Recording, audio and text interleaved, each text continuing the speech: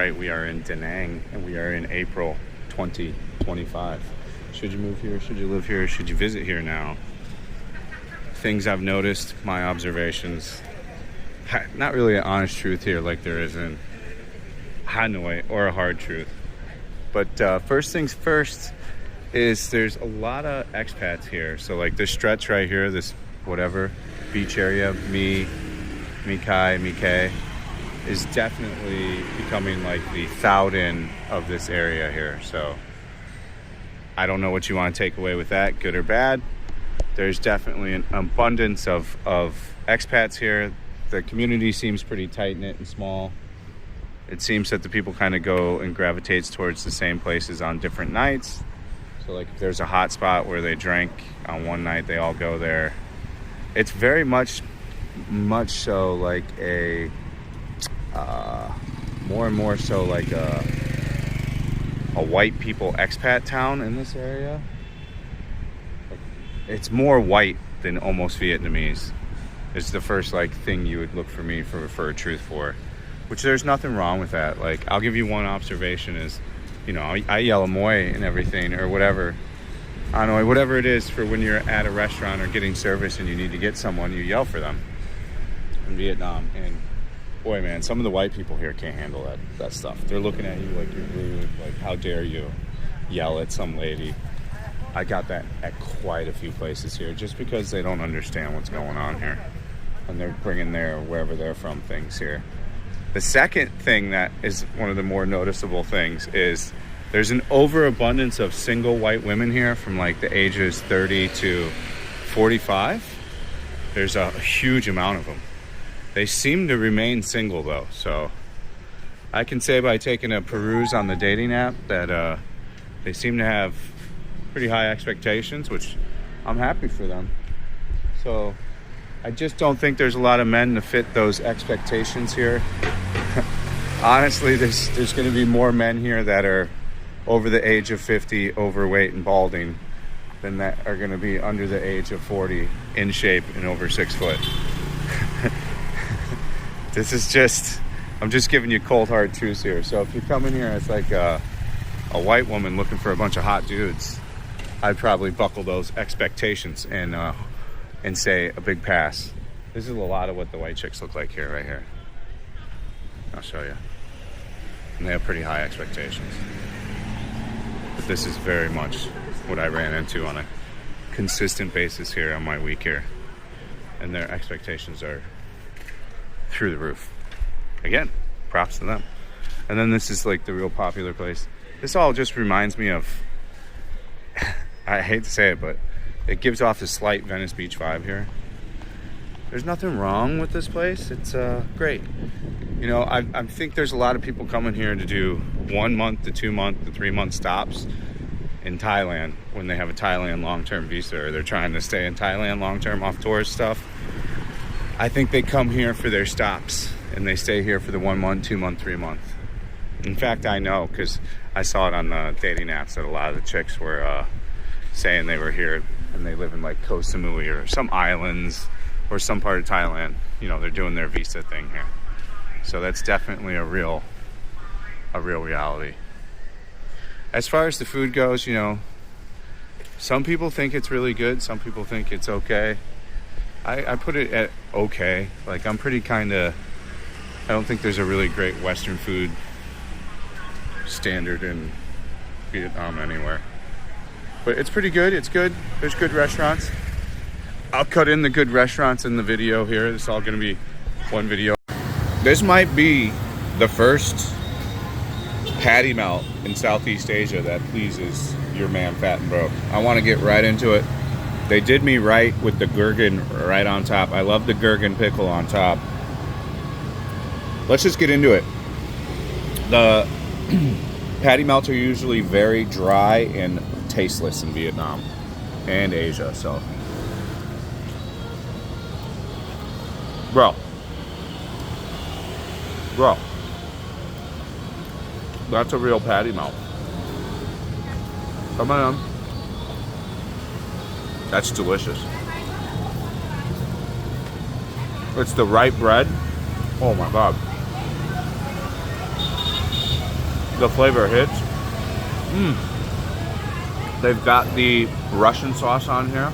Oh my God. Best patty melt in fucking Vietnam. I'm calling it right now, dude. 8.1 on that patty melt.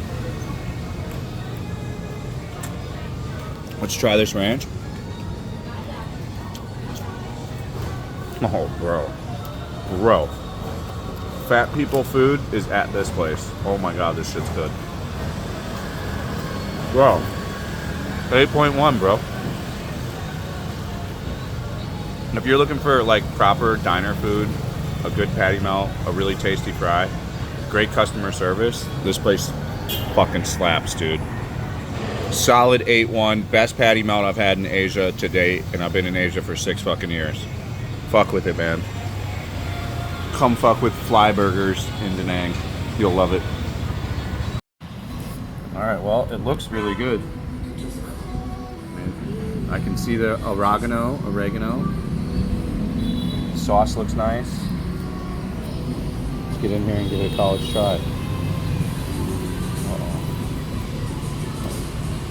Oh, it wasn't cut very good. It's okay. We'll play through it. Wow. That's fucking good. 8.3, bro. Best pizza in Da Nang. Motor City Detroit style pizza, hands down. That crunch is phenomenal. And there's nothing off about it. It's exactly what you want. This is the best Detroit pizza in Vietnam. Better than the Lamy place in Saigon. I'll tell you why. Because the dough, it's not as dense. Like the Lamy in Saigon's like a focaccia almost. It's so thick. This is great. Wow, yeah, crust. Well, 8.3. By far the best pizza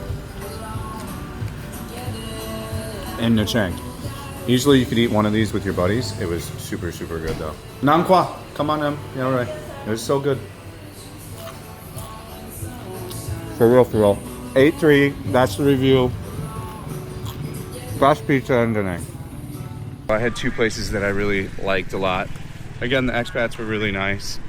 I had no problems with anybody here. There was one guy here like stalking me, trying to kiss me or some shit, but when you get as famous as I am, it's understandable. But there's definitely a community here of like where people are hanging out with a lot of the same people, going to the same places. So if you're looking for that kind of vibe, like a small town, get to know everybody, gossip, I'd say this place is going to be really great for you. Also, the other thing I've noticed, and I've always noticed it since I've been coming here to Da Nang, is the older crowd starting to come here. There's a pretty big senior citizen or just older. I don't think older people like being called senior citizens, so we'll just go with older.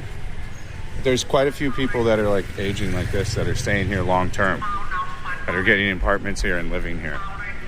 I think it'd be a pretty good place to like pilot a visa program, to be honest with you, for long-term retirement for older people, for like over 60.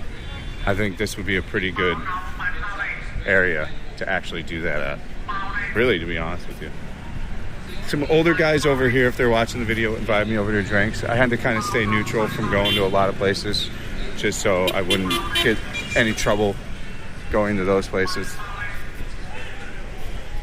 There's definitely a selection of stuff to do, a pretty wide selection of food to get. There's, you know, Detroit pizza. There's lots of pasta. There's lots of Korean, like sushi places that have opened up. Korean markets. This place is getting ready to open up, which is going to be pretty interesting. It's going to be quite huge. It's going to have like, I think 44 places in it, like bars and stuff. I think once this opens by the middle of this month, they said, it's going to bring a lot of oomph to this area, in my opinion. As far as the hotels, I'll show you the hotel I'm in now. It was really cheap.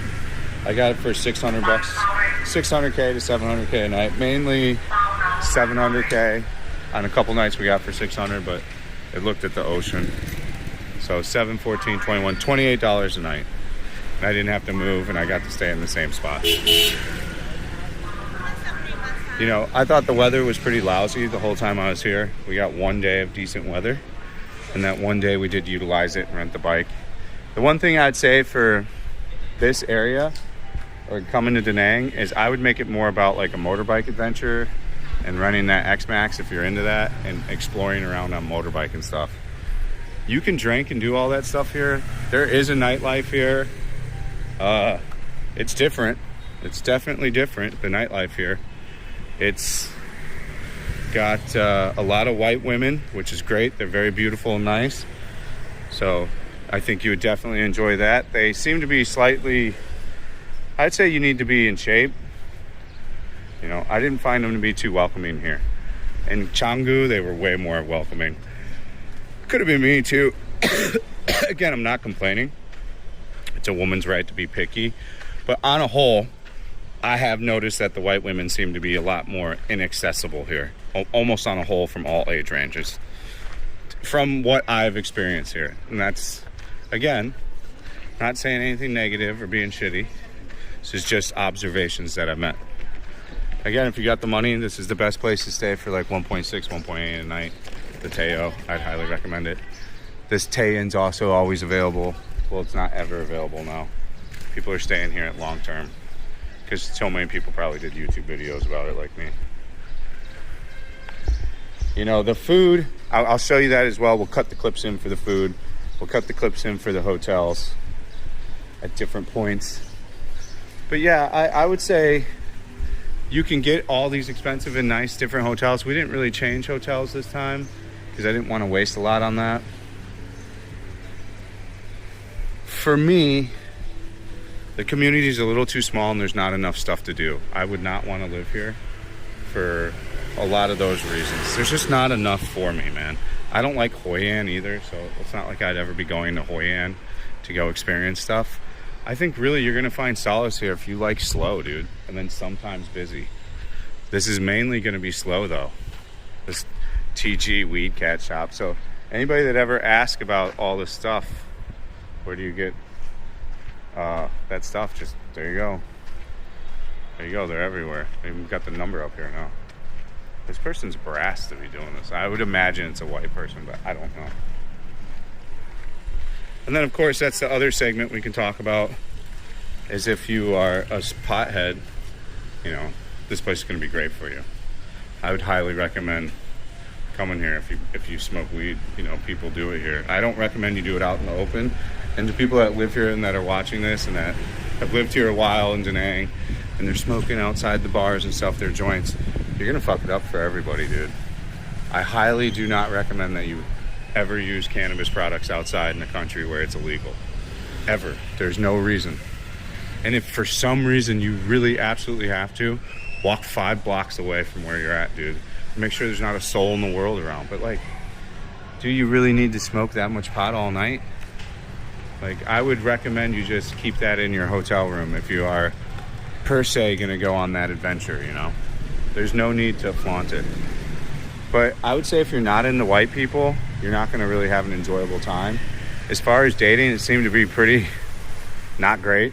Mongering, I have no idea. I'm not a monger.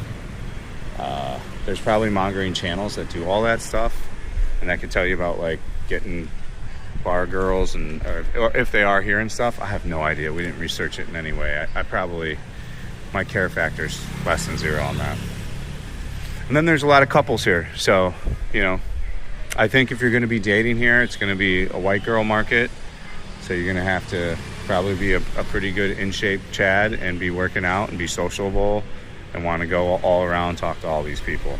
If that's your jam, dude, which for a lot of people it is, you'll fit in very well here. Overall, I give Da Nang like a score of like a 71 out of 100 for like a city.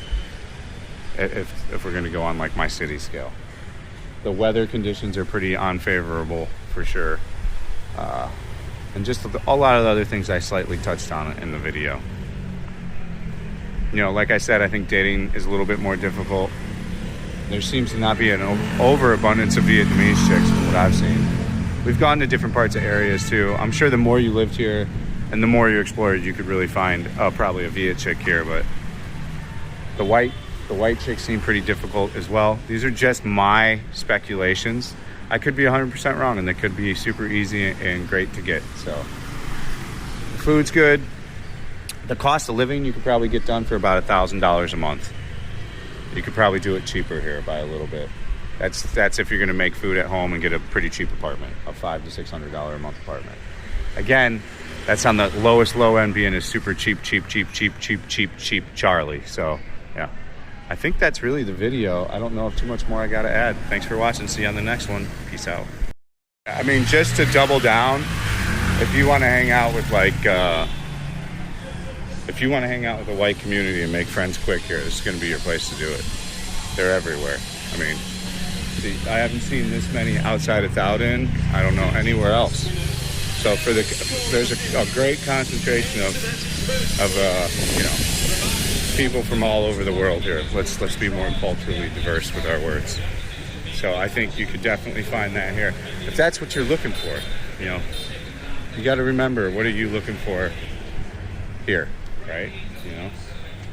And as far as the food, you'll see in the things, but I think the Detroit pizza was the sleeper hit of the trip. And then the fly burger was also very, very good.